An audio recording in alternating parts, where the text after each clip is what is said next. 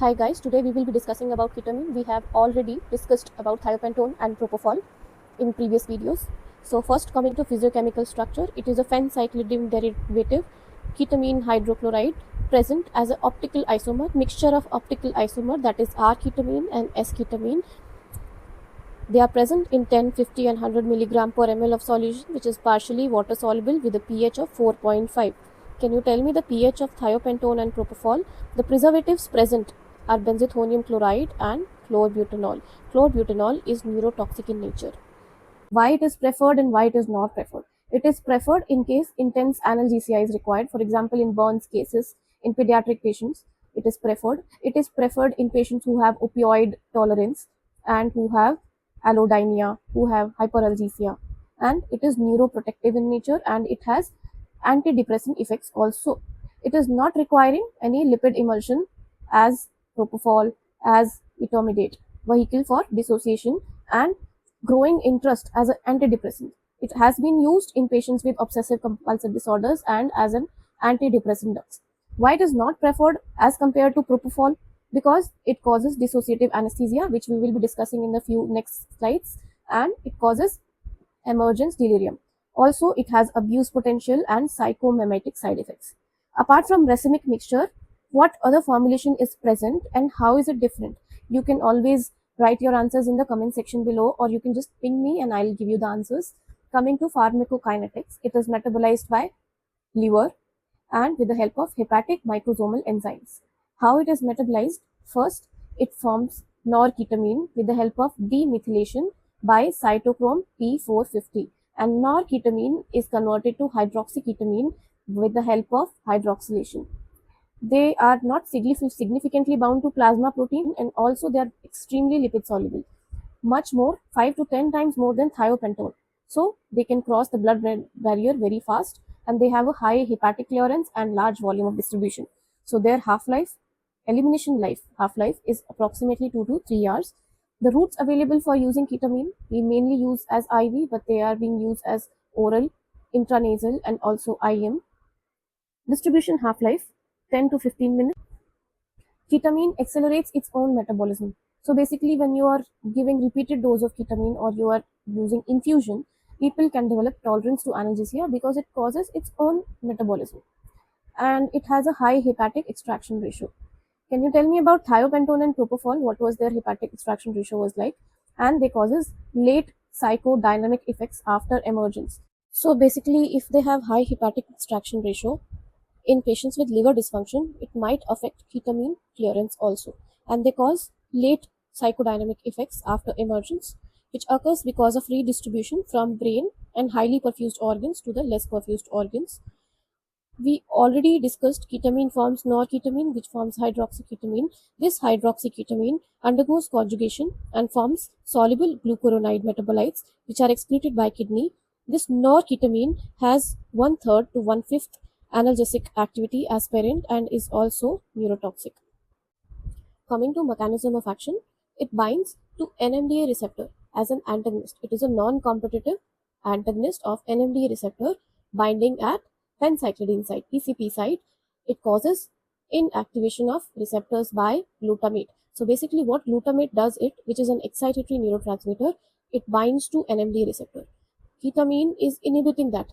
So it is inhibiting the activation of NMDA receptors by glutamate, and it also decreases the presynaptic release of glutamate also. Coming to what is this NMDA receptor looks like, and it is a ligand gated ion channel. It is a ligand gated ion channel. Activation of these receptors requires not just one excitatory neurotransmitter, that is glutamate, but it also requires an obligatory coagonist, that is glycine. How does it bind? It is stereoselective in nature. It binds stereoselectively at PCP site.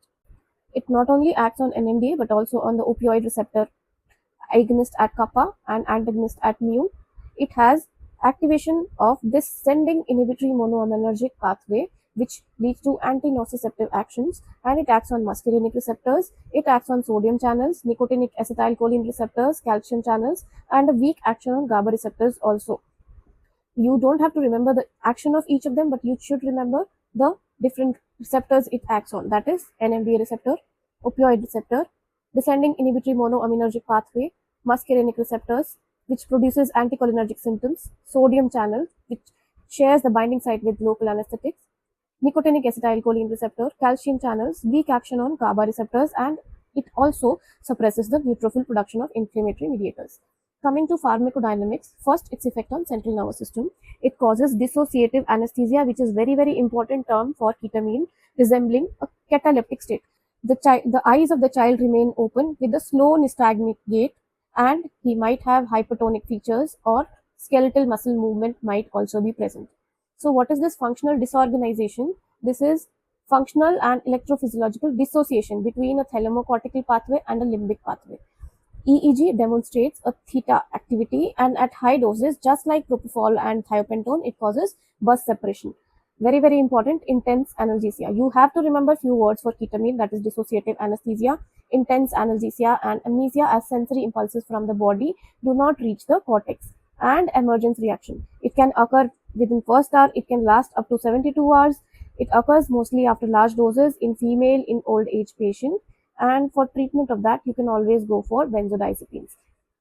Very important, it is one of the IV agents. It is exception among IV agents which increases the cerebral blood flow or cerebral metabolic rate through autoregulation, and it also increases the oxygen requirement at rest, and hence increases the ICP and intraocular pressure. Very important, because it is the exception. Propofol, thiopentone, and etomidate does not do that. Coming to retrograde amnesia, can you give me the name of the drug which causes anterograde amnesia and retrograde amnesia? It does not cause retrograde amnesia, and it increases the somatosensory evoke potential amplitude. Also, auditory and visual evoke potentials is decreased. Corneal, cough, and swallow reflex, all these are intact. Very important. These reflexes are intact, though they are not protective, but they are intact. Coming to respiratory system, respiratory depression is rare with ketamine, and response to hyperthermia is also not altered. Airway reflexes are intact, but they are not protective in nature. Bronchodilation, very important. Bronchodilation due to smooth muscle relaxation as well as sympathomimetic action is present with ketamine. That's why it is a suitable drug for induction in bronchial asthma patients. The problem with this is it increases the salivation, very important. So in pediatrics, before using ketamine, you can always give glycopyrrolate. Coming to its effect on cardiovascular system, ketamine has a dual effect, that is, it causes directly cardiodepression and act as a negative inotropic agent which precedes the stimulation, especially when you are using larger dose or in patients with suppressed sympathetic nervous system. For example, in critically ill patients who have already depleted catecholamine stores, it causes direct myocardial depression. It causes indirect effects which we usually see, that is tachycardia, increase in the heart rate, increase in the cardiac output by releasing catecholamines and inhibiting the reuptake of catecholamines and inhibition of vagal nerve. So what is the benefit of using ketamine in congenital heart disease, especially in patients with right to left shunt, in which you need to maintain the mean arterial pressure, you need to maintain the heart rate so that sudden decrease does not occur. You can use this. Again, it can be causing drawbacks in patients in which we need to maintain pulmonary hypertension and in other congenital lesions. Coming to its uses, we know already that it can be used in induction and maintenance of anesthesia, especially in hypovolemic patients, in cardiodepressed patients, that is having cardiotamponade or restrictive pericarditis, in which you need to maintain the blood pressure and heart rate. In reactive airway disease, because it causes bronchodilation, we should avoid. Which IV anesthetic agent can you tell me in the comment section below? In patients susceptible to malignant hyperthermia. Another very important use of ketamine is analgesia.